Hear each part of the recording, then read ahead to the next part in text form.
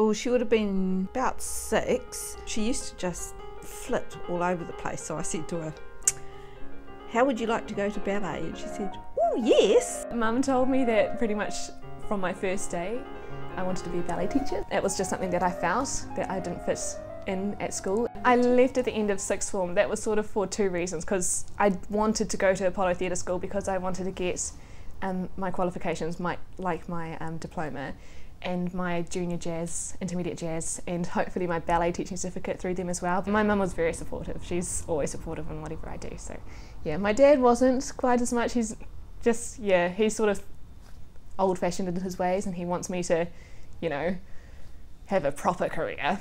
And for me, this is a proper career. Okay, so these are what you sort of start with, the soft shoes, and you start with the elastics. And as you can see, I wear them until they're worn out. Oh, didn't realise I had so many. In Peter Pan, I played 3 things. My main role was Tinkerbell, and then I also had clouds and mermaids. I tend to choreograph in my sleep because I'm a visual person, and so when I sleep I see the images in my head, and then the next day I'll wake up and I'll see if it fits with the music. I was doing grade 7, and at school my friend accidentally kicked me and broke my toe, and I think it was for 1 or 2 terms that I couldn't dance, and I was depressed. Well, the worst one for me is the one that's going to be with me for the rest of my life, which is I have inverted hips, so they sort of rotate in rather than out. So, and that's obviously extremely hard for a ballet dancer, considering 99% of everything is turned out. That has been really hard when I was at Apollo, because I was pretty much sitting down and watching everybody else dance and do like what I wanted to do.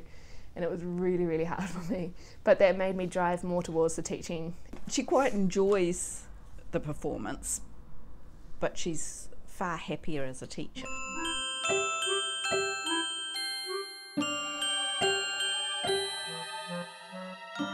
It's actually been sort of hard this year because it's been my first year teaching. The first 2 terms I didn't actually know if I had chosen the right thing, but then last term, yeah, I sort of started easing myself into it and getting more comfortable with it. And now I really do love teaching because I love the kids and I love how they respond to me. I'm still nowhere near as good as Mrs. Barber.